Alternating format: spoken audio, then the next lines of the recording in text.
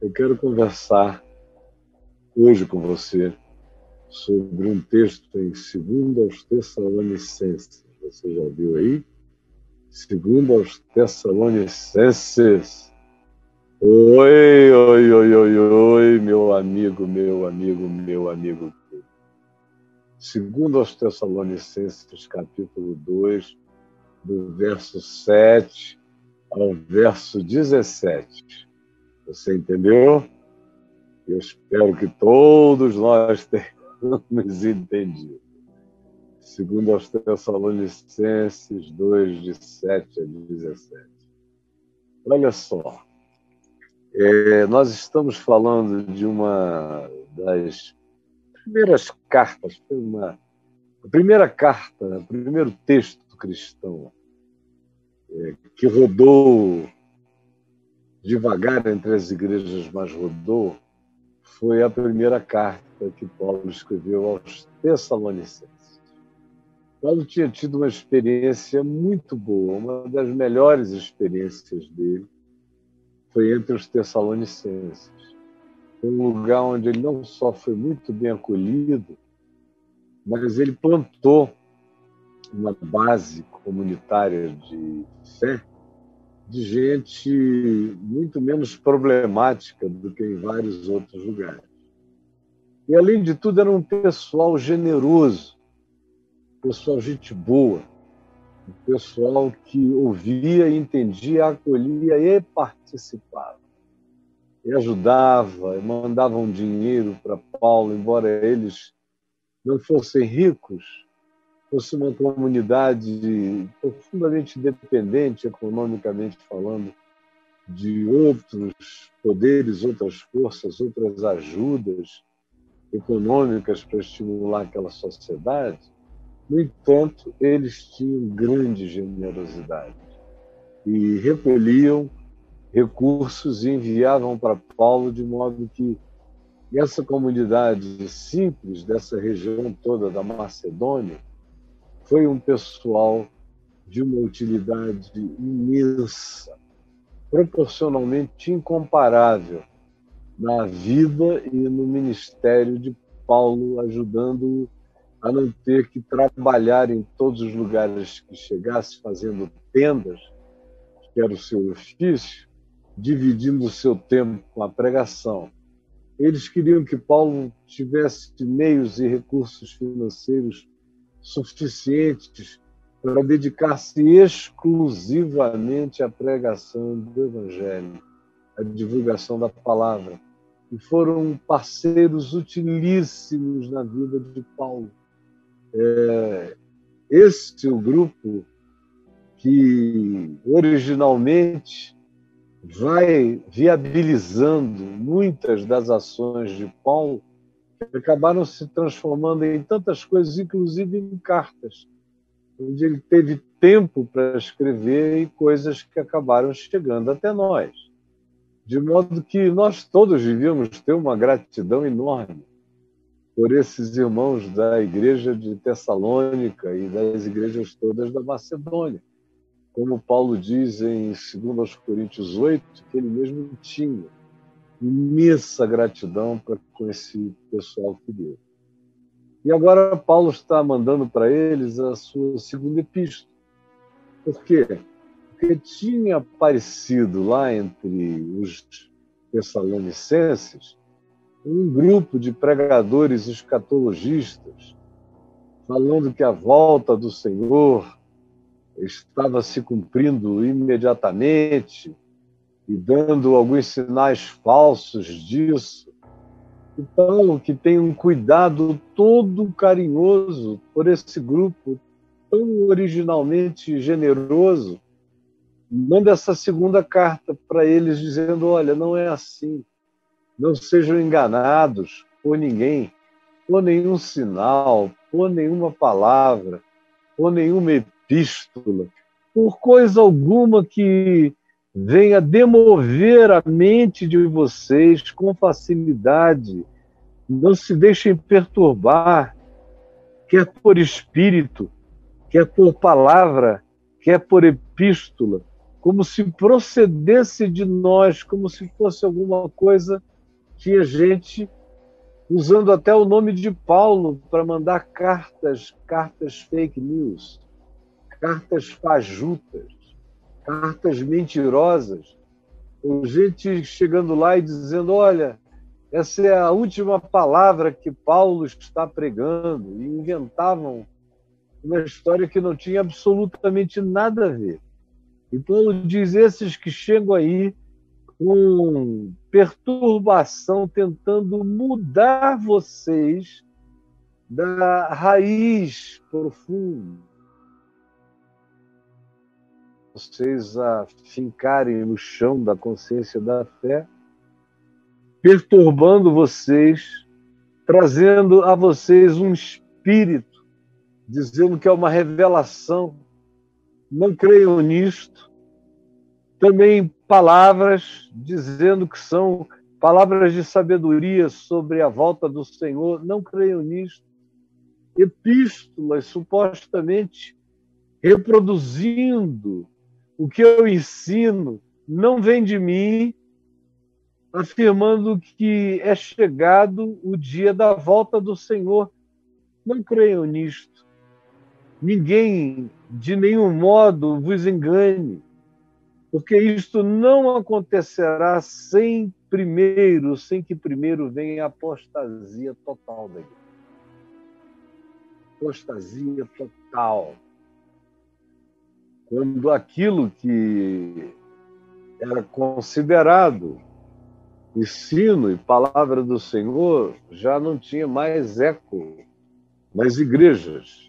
Mais ou menos como a gente vê nos dias de hoje. Não é a primeira vez na história, mas certamente é a vez mais expandida, mais simultânea, mais concomitante.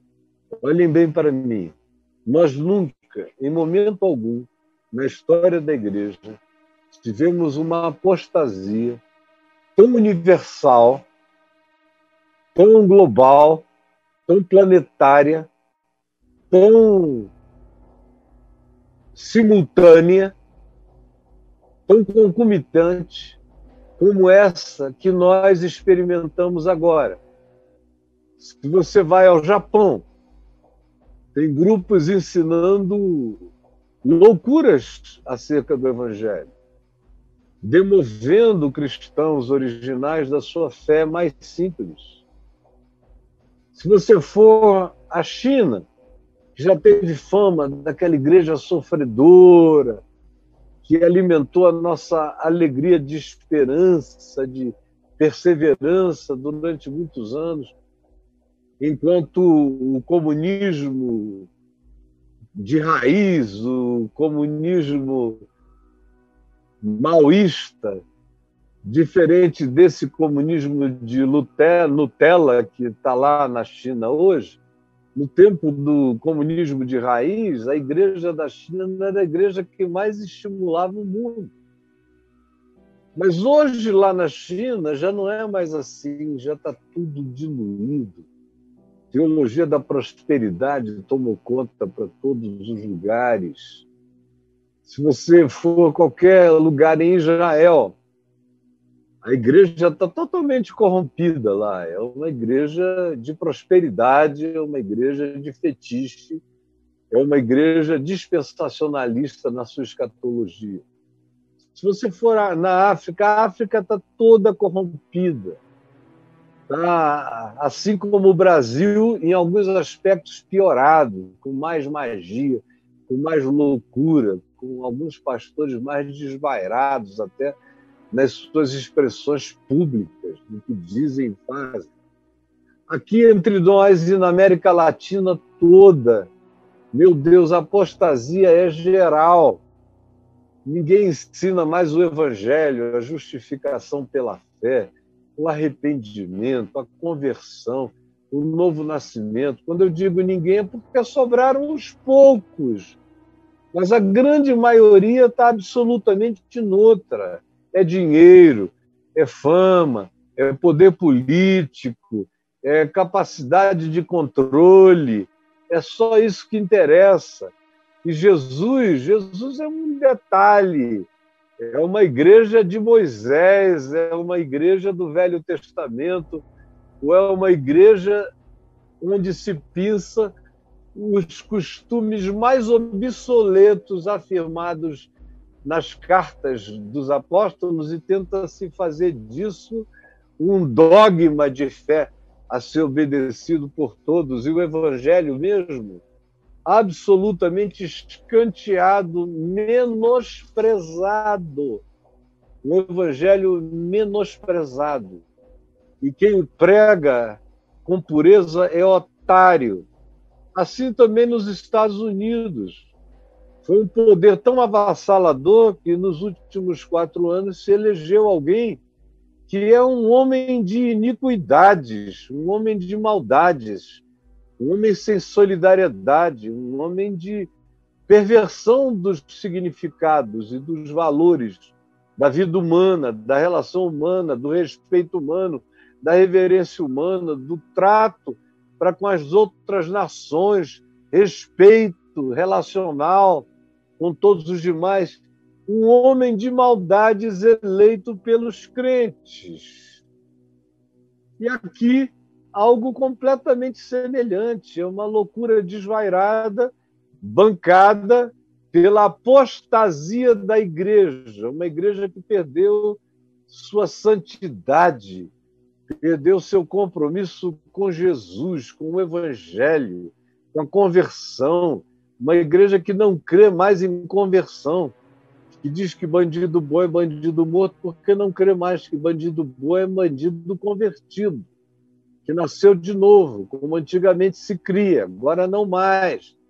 Agora se entregou tudo a bala, a arma, tem pastor armado, andando armado, pegando porte de arma, você pode imaginar? Está todo enlameado, é uma mentira na boca da maioria. Se você for a qualquer lugar, a Austrália está cheia da mesma coisa também. E se você vai na Europa, você não vê assim catedrais tomadas por isso, mas você vê as catedrais morrendo e você vê a explosão disso em salões, em teatros alugados, mas é isso que cresce, é isso que se espalha. É o mesmo espírito. É gente que só pensa em dinheiro e em controle, em domínio e em fama. É uma apostasia como nunca se viu antes na história da igreja. Você tem uma ideia. No passado, geralmente, os crentes olhavam para o Vaticano e para os papas, porque eram dos papas que vinham as apostasias. Antes do Papa João XXIII, por exemplo, foi o Papa que fez um corte, estabeleceu de novo princípios do Evangelho. Mas antes disso, de Lutero para cá, eram os papados que carregavam a imagem da apostasia. Hoje, a melhor referência que você tem de crente universal no planeta é nosso irmão Francisco. É o Bergoglio da Argentina. É a melhor referência de um cristão equilibrado. É a melhor liderança de mansidão e de anúncio simples e humano do Evangelho na Terra. É o Francisco, o Papa, que a gente prefere até chamar de Francisco, ao invés de chamar de Papa. É a melhor referência, porque no mais, me diga qual é a outra grande referência cristã, mundial, planetária, de equilíbrio, de humanidade, de bom senso, de bondade, de mansidão, de longanimidade, de tolerância, de fidelidade, de justiça, de compaixão, de misericórdia. Me diga quem, aonde, em que lugar, onde está essa pessoa? Onde está esse cristão? Não há mais cristãos. Só há igreja fazendo apostasias generalizadas para todos os lados. Todos os lados. A última grande referência cristã planetária morreu sem São Francisco. Era o Billy Graham, que já vinha fora de ação há uns 15 anos pela velhice e pelo Parkinson. Então, a maioria dos que se converteram de 20, 30 anos para cá nem sabem quem ele foi. Porque não tem mais. Antigamente você tinha, eu ainda cresci numa geração de nomes que estavam aí presentes, além do Billy.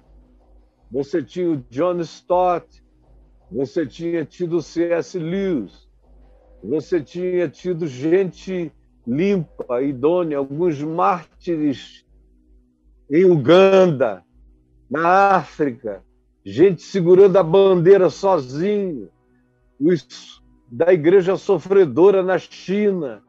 Tudo isso acabou. A única igreja que ainda cresce sem heresias é a igreja do Irã, porque ninguém sabe onde ela está. Ela não tem templo, ela não tem linguagem, ela não tem grito, ela não tem palavras nas ruas, ela não tem nada. Ela só se comunica em códigos. E aí quem entende os códigos vai sendo reunido e levado para as casas. Mas no mais, a apostasia tomou conta, como nunca antes, na história universal. Nunca se viu coisa igual. É o que Paulo diz a esses irmãos em Tessalônica, dizendo, olha, Jesus não vai voltar antes que um grande sinal se estabeleça. E esse sinal é a apostasia geral de todos aqueles que carregam o nome dele e que vão ser tomados pelo espírito desse engano, pelo espírito da mentira, a tal ponto que a sociedade ocidental foi batizada pelas suas práticas, e a sociedade ocidental é a sociedade que representa a força do cristianismo. Foi batizada de sociedade pós-verdade. Deveria, de fato, ser batizada com o nome de sociedade da mentira, da operação do erro, do engano. Como ele diz, ninguém vos engane de nenhum modo, porque isto, a volta do Senhor, não acontecerá sem que primeiro venha a apostasia. A apostasia da igreja, não é do mundo. A apostasia sempre é da igreja, é o desvio. É o grande desvio, sem que primeiro venha o grande e total desvio, a apostasia. Aí então, por causa da apostasia, vai ser revelado o homem da iniquidade. Isso é extraordinário. A verdade é encolhida e manifesta o homem da iniquidade que se levanta contra tudo que se chama Deus. Se chama Deus quando é Deus, se levanta contra o Deus verdadeiro, a palavra do Deus verdadeiro, o evangelho do Deus verdadeiro, o verdadeiro culto em espírito e em verdade, não é qualquer culto. Porque esse homem da iniquidade gosta de cultos, gosta de religião, ele não gosta do evangelho, ele não gosta do culto em espírito e em verdade. Ele gosta de se assentar no lugar de onde ele pode falar em nome de Deus e as pessoas ouvirem o eco da voz dele como um eco fundado, baseado e validado por Deus. Por isso é que ele se ostenta como se ele fosse o próprio Deus. A palavra de Deus é ouvida como saindo da boca desse homem.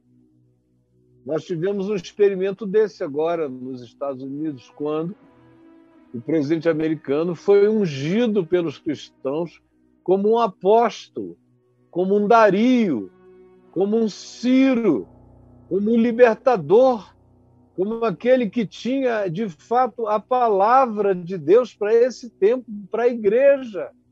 O que ele dizia, a igreja apoiava, para vocês verem como a apostasia pode nos levar a uma loucura. E foi só um ensaio para nos mostrar como é fácil. Como aqui no Brasil é apenas um ensaio para nos mostrar como é fácil acontecer. É simples.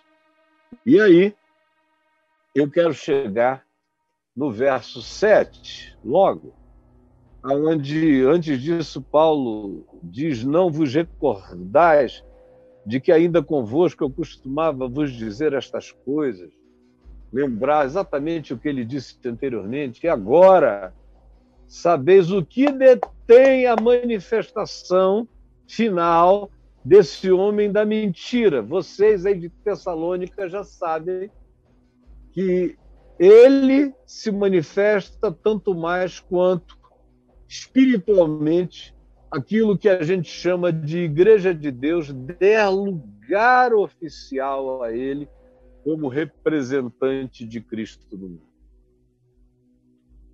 Quanto mais quanto houver a fusão da igreja, que lá em Tessalônica era pequenininha, mas espiritualmente tinha um poder enorme, porque essas coisas não são avaliadas pelo poder ou pela importância política do grupo, mas sim por aquilo que o grupo, não importando o tamanho, passe a declarar, porque esse grupo, teoricamente, é um grupo que representa o corpo de Cristo.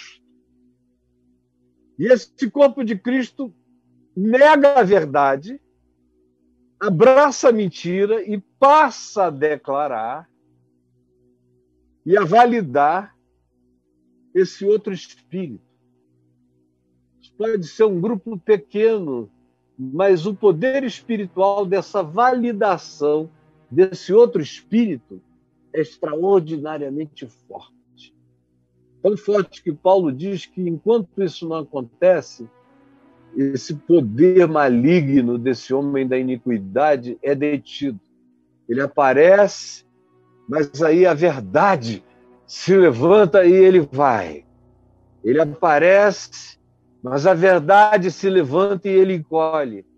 Mas vai chegar uma hora em que ele vai aparecer e não vai ter mais verdade para combatê-lo, para enfrentá-lo. E aí ele vai tomar conta de tudo. Paulo diz: com efeito, o espírito, esse espírito dessa iniquidade já opera no mundo, já está em operação. Estava nos dias de Paulo. Imagina, depois dessa sucessão de loucos, loucuras e mentirosos dos últimos 2000 anos, especialmente dos últimos 1700 anos, como esse espírito não opera profunda, grandiosa e imiscuidamente em toda a Terra, em todo o planeta. Esse espírito, esse mistério da iniquidade já opera. Paulo chama de mistério da iniquidade essa presença, essa sombra inafastável, contínua, opera na terra e aguarda somente que seja afastado aquele que agora o detém. Paulo está escrevendo aos Tessalonicenses, não tinha nenhum poder político brigando contra Roma. E ele, obviamente, está pensando que esse homem da iniquidade vem de Roma, porque nos dias dele, ele estava experimentando, ele tinha crescido sob Tibérios, ele tinha conhecido o poder de Herodes o Grande, depois dos Herodes que o sucederam, ele conheceu todas as histórias. Ele agora estava sob o poder de Cláudio, Logo depois ele iria enfrentar a loucura de Calígula e Nero, quando ele morreria. Então, para ele, esse era o homem da iniquidade que haveria de se manifestar, ou eventualmente era alguém que iria saber aquilo que ele chamava de igreja de corpo de Cristo. Poderia ser, mas mais provavelmente na mente dele ele estivesse pensando no imperador romano. Ele não estava pensando que o mundo ainda iria durar 2000 anos mais. Ele não imaginaria que no século XVI haveria uma coisa chamada de reforma protestante, que pensaria, à época, que o Papa era o anticristo, assentado no trono de Deus, no caso do trono de Pedro, conforme esse mito assim construído. De lá para cá, tantas outras loucuras aconteceram. O próprio Hitler, com todo o apoio da Igreja Protestante Alemã. Imagina quantos homens da iniquidade já foram candidatos a essa manifestação. E os nossos contemporâneos, que estão aqui com apoio da igreja, com apoio dos pastores, com apoio dos crentes. Os crentes quase todos, a maioria de vocês, muitos de vocês. O que eu estou dizendo aqui que é evangelho puro, conforme o texto e o contexto e a história, guardando as proporções com o tempo e a hora, ouvido pela maioria. Eu é que sou aquele que soa como anunciante da apostasia, para vocês terem uma ideia de como tudo se inverteu, como tudo se corrompeu. Eu, pregando o evangelho com toda a sua crueza, sou o apóstolo. A maioria grita diferente, o que é um sintoma extraordinário para quem quiser não perder a lucidez, quem quer que queira continuar a pensar com as categorias do Evangelho de Jesus. Então ele diz, com efeito, o mistério da iniquidade já opera e aguarda somente que seja afastado aquele que agora o detém. Aquele que agora o detém é um poder que nos dias de Paulo não era um poder político ao lado de Roma, brigando, confrontando, segurando. Não. Paulo não tinha essas ilusões. Para ele, essa era uma luta espiritual. Ele mesmo tinha dito aos Efésios que a nossa luta não é contra a carne, não é contra sangue, não é contra essas coisas, mas sim contra principados e potestades, contra os dominadores deste mundo tenebroso, contra as forças espirituais do mal nas regiões celestes. E ele sabia que aquele grupinho lá de Éfeso, o menor que fosse, era um grupo que estava ensinando sabedoria a principados e potestades nas regiões celestes. É que nós não entendemos ainda o mistério. Como a presença lúcida do amor, a presença lúcida do Evangelho, a presença lúcida da fé, a presença dessa consciência que entende e discerne o mundo espiritual e que provoca as dimensões espirituais com a sabedoria do Evangelho, como agora aqui. Eu estou nesse quarto, nessa biblioteca, nesse escritório da minha casa, sozinho. Minha voz está indo pelo mundo para um monte de lugares.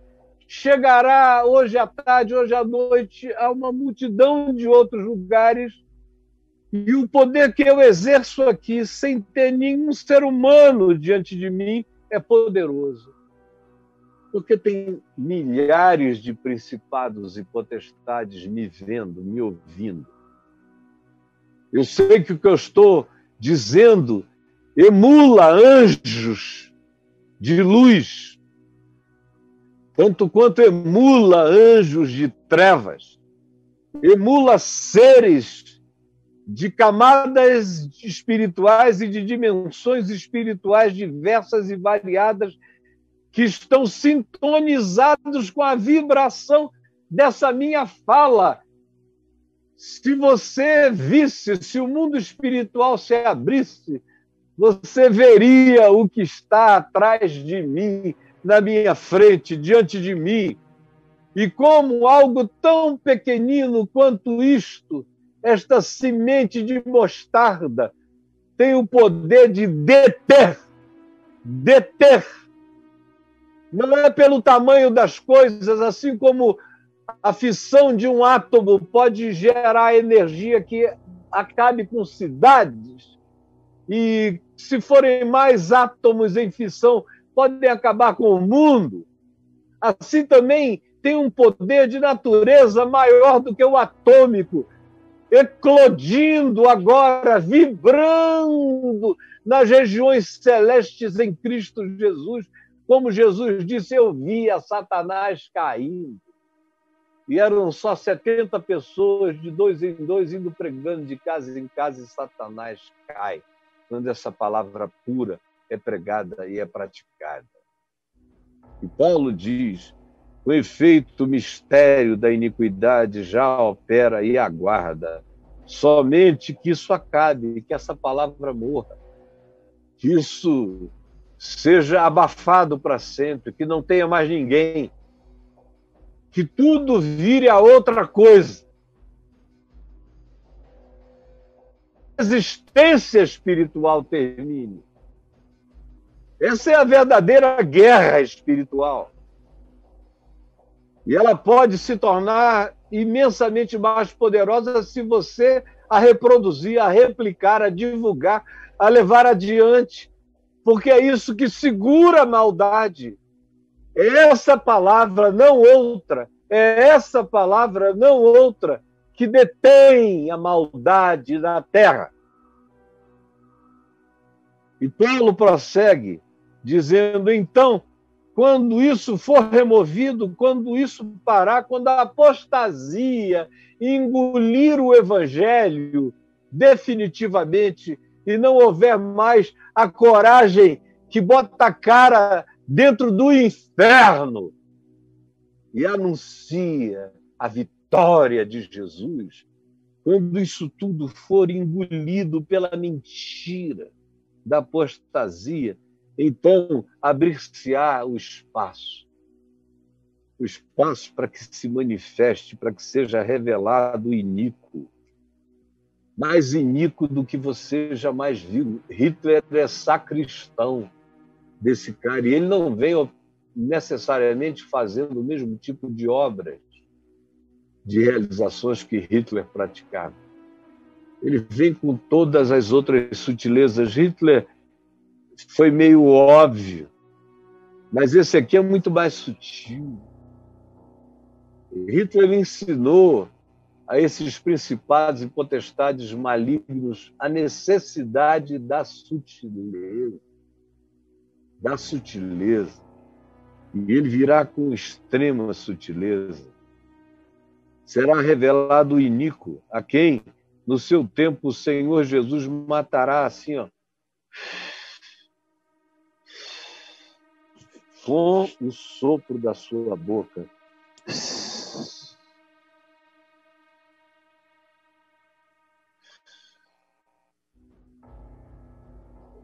É o poder que esse cara tem. Jesus, quando chegar, vai olhar para ele, vai fazer. Mas para nós, a força dessa manifestação, antes do Senhor voltar, será enorme. Embora a gente deva saber que diante do Senhor Jesus é um sopro. E ele morre.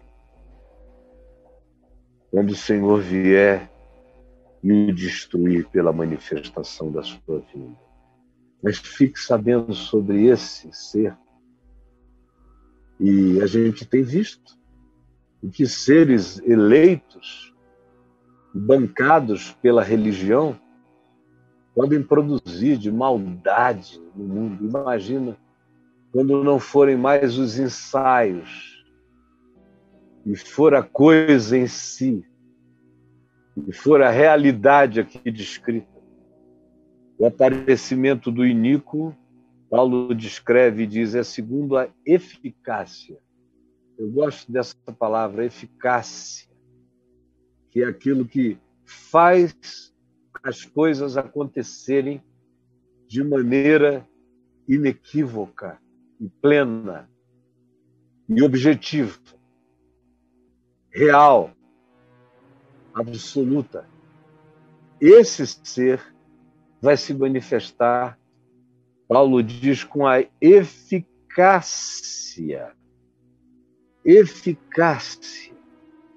de Satanás.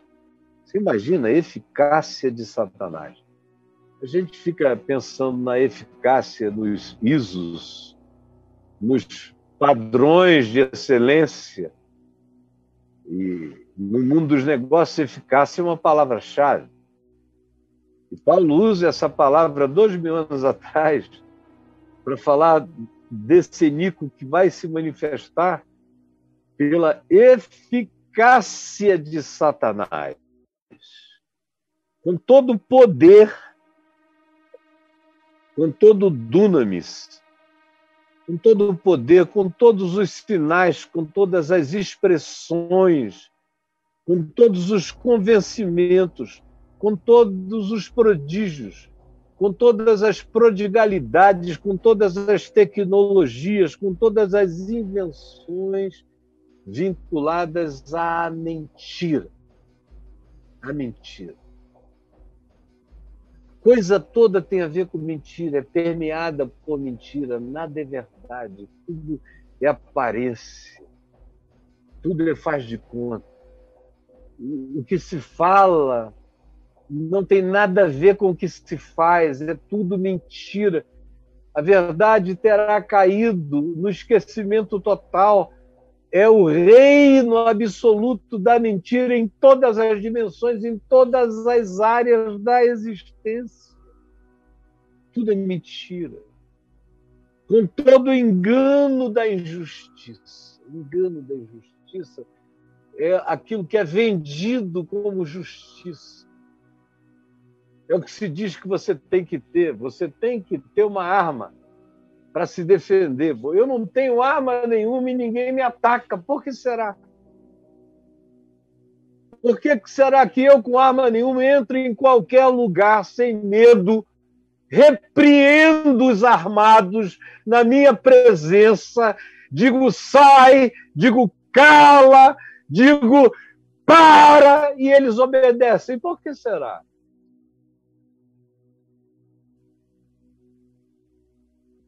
A igreja de Deus não precisa de armas, precisa de poder do Espírito Santo, precisa de autoridade, precisa andar sem medo, precisa de coragem, precisa de coerência, precisa de honestidade, precisa de sinceridade, precisa de sabedoria. E aí os principados e potestades entram em perplexidade, Satanás cai, e a espada de quem anda em Deus sai da boca da gente como palavra da verdade. Quem anda vestido com essa couraça da justiça, quem carrega a palavra de Deus como espada na vida, seja como defesa, seja como ataque. Quem está cingido da verdade e carrega o escudo da fé e tem o capacete da salvação na cabeça, não precisa de mais nada, basta viver conforme o Evangelho é na sua simplicidade. Eu via Satanás caindo, eu tenho visto Satanás cair. Desde a minha juventude eu tenho visto cair, e cada dia mais essa coragem da minha força e da minha Resiliência no Espírito Santo só aumenta, só cresce. E não é papo furado, é vida. Faz 50 anos atravessando o Hades, sem medo, no Evangelho. E o farei até o último dia da minha vida, porque eu sei que o poder está aqui, ó. O poder não está longe de mim, o poder está aqui. E aqui não é a eficácia de Satanás, é a eficácia de Cristo Jesus, é a eficácia do Espírito Santo, é a autoridade de Jesus, que quando perguntaram quem é Jesus, ele disse, sou eu, e todo mundo caiu para trás, conforme diz João, lá no Getsemane, os que foram prendê-lo. Quem é? Quem é Jesus? Sou eu. E todo mundo caiu por terra. Essa é a autoridade desarmada, poderosa, apavorante. Apavorante. Quem anda assim é apavorante. E aqui se diz que esse iníquo vai se manifestar segundo a eficácia de Satanás com todo o poder, sinais e prodígios da mentira e que com todo o engano da injustiça, que é transformar o que deveria ser justiça em mentira, em ludíbrio. E as pessoas vão crendo não mais na palavra justa e verdadeira, elas passam a crer no engano da injustiça, na ideologia da mentira, nos anúncios da mentira, nas criações da mentira, nas news da mentira. Fake news. Fake news é como a gente chama hoje o engano da injustiça diante de nós, que vai crescer enormemente e que é engano assim para os que perecem, não é para todos, mas tem gente para quem esses anúncios, esse tempo, essa palavra vai engoli-los. Eles já estão propensos, já estão na apostasia. Quando isso chega, eles são engolidos, levados, eles creem. Porque não acolheram, está aqui a razão. Você pergunta, mas por que, Caio? A resposta está dada. Porque não acolheram o amor da verdade para serem salvos. Porque não acolheram o amor da verdade para serem salvos. O amor da verdade está sendo pregado dia após dia a vocês todos aqui. E tem muita gente que não quer acolher o amor na verdade e da verdade. Esse é amor à verdade. Amor à verdade do Evangelho para serem salvos. Porque não querem, eles abrem um espaço para mentira. É simples assim. O Evangelho te é anunciado. Você fecha e bloqueia o coração, você abre espaço na mesma medida e na mesma proporção, no mínimo, para que a mentira ocupe lugar na sua mente, no seu coração, nas suas emoções. É o que o Evangelho ensina. Por quê? Porque não acolheram. É para acolher, é para acolher a verdade. Não acolheram. Antes, preferiram o engano, a injustiça. Porque não acolheram o amor da verdade para serem salvos. Não acolheram, não abraçaram. É por este motivo, presta atenção, a gente não acolhe o amor na verdade, aí se diz, é por este motivo, porque a gente se bloqueia. A gente prefere a mentira, que a gente se torna apóstata na prática. É por não acolherem, é por este motivo de não acolherem o amor na verdade, que Deus lhes manda, lhes envia a operação do erro. Na verdade, aí começam a vir as hordas de mentiras, e pregadores da mentira, mensiros da mentira, ideologia da mentira, representantes da mentira, políticos da mentira, dissimuladores para todos os lados. Por esta razão é que Deus lhes manda a operação do erro, para darem crédito à mentira. Não acolhe a verdade, o erro lhes vem. E eles que não deram crédito à verdade, agora darão crédito ao erro, ao engano, à apostasia, à mentira, a fim de serem julgados todos quantos não deram crédito à verdade. Antes, pelo contrário, deleitaram-se. A palavra é chocante. Deleitaram-se, tiveram prazer na mentira, entregaram a alma à mentira. A palavra verdadeira não é acolhida, mas eles acolhem e se deleitam na mentira. Tem muita gente que se diz cristã no mundo inteiro e que tem se deleitado na mentira. Essa palavra que eu estou dizendo aqui dá coceira nos ouvidos, angustia, uma quantidade enorme de gente que deliberadamente diz: eu não vou lá não, não vou, eu não quero me perturbar com o Caio.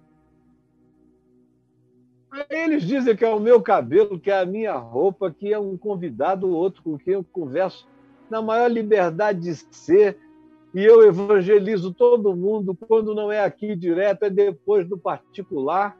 Enfim, mas eles dizem, arranjam pretextos, não é por nada, é porque eles não suportam a palavra da verdade, que é anunciada sem nenhum recurso de titubeio ou claudicância. É direta. É no coração. E aí, por não darem crédito à verdade, eles dão crédito à mentira e acolhem e se deleitam na injustiça. E eu termino lendo o que está entre os versos 13 e 17, porque o meu tempo se esgotou. Eu quero ler, então preste atenção. Só isso que eu peço. Eu iria explicar, mas não há tempo para tal. Então, eu vou ler. Verso 13 diz: entretanto, devemos sempre dar graças a Deus por todos vós, irmãos, amados pelo Senhor, por isso que Deus vos escolheu desde o princípio para a salvação, pela santificação no Espírito Santo e na fé, na verdade, para o que também vos chamou Deus, mediante o nosso Evangelho, mediante esta pregação, Paulo diz, que vocês estão ouvindo, para alcançarmos a glória de nosso Senhor Jesus Cristo. Assim, por causa disso, porque é assim, porque vocês sabem disso, permanecei firmes, guardai as tradições, que aqui significa o ensino apostólico, guardem o ensino do Evangelho, o ensino dos apóstolos, nada além disso é o que Paulo está dizendo aos Tessalonicenses. Guardem o que vocês aprenderam. Não era tradição como a gente entende, porque não tinha nem tempo para ter tradição de nada. E o Evangelho nunca ensinou a guardar tradições. A tradição aqui é o que foi dito, é tradição mesmo, é o que foi passado.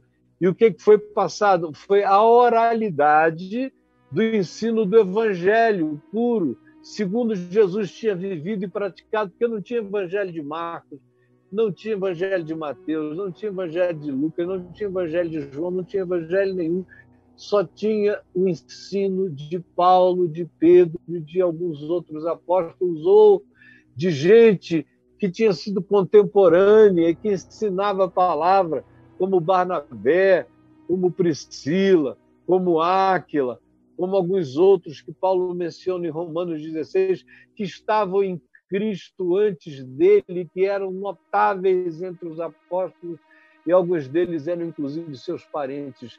Essa é a tradição. Não são livros, não são catecismos, não são catequeses, é a oralidade intacta do ensino de como Jesus fez e ensinou. Aí ele diz: guardem isso, guardem esse ensino, guardem essa palavra, essas palavras que vos foram ensinadas, seja por oralidade ou seja por epístola nossa, porque até então ninguém tinha escrito nada, só Paulo, seja por epístola nossa. Ora, nosso Senhor Jesus Cristo mesmo, e Deus nosso Pai, que nos amou e nos deu eterna consolação e boa esperança pela sua graça, nos console, vos console, e console os vossos corações, e confirme cada um de vocês pela prática de boas obras e pela prática da obediência a essa boa palavra de Deus que chegou até vocês. É o que eu deixo aqui agora, na mesma esperança de todos os que me ouviram. Senhor Jesus, que essa palavra cresça, seja compartilhada, e que os ouvidos hoje fechados, os ouvidos mocos, os corações empedrados, deem espaço para que a mentira seja vencida pela palavra da verdade, para que essa apostasia que está entre nós inequivocamente seja adiada na sua expressão final de maldade no meio de nós, aqui neste país e em qualquer outro, aonde essa palavra esteja sendo ouvida. Levanta gente sem medo, gente com coragem, gente com disposição para botar a cara para fora, para viver, para apanhar, para sofrer, para ser maltratada pelo Evangelho, sem medo das consequências. É o que eu te imploro, que aconteça hoje e que aconteça com muitos, que sejam arregimentados em fé, na coragem do Espírito Santo. É o que eu te peço em nome de Jesus. Amém. Amém. Amém.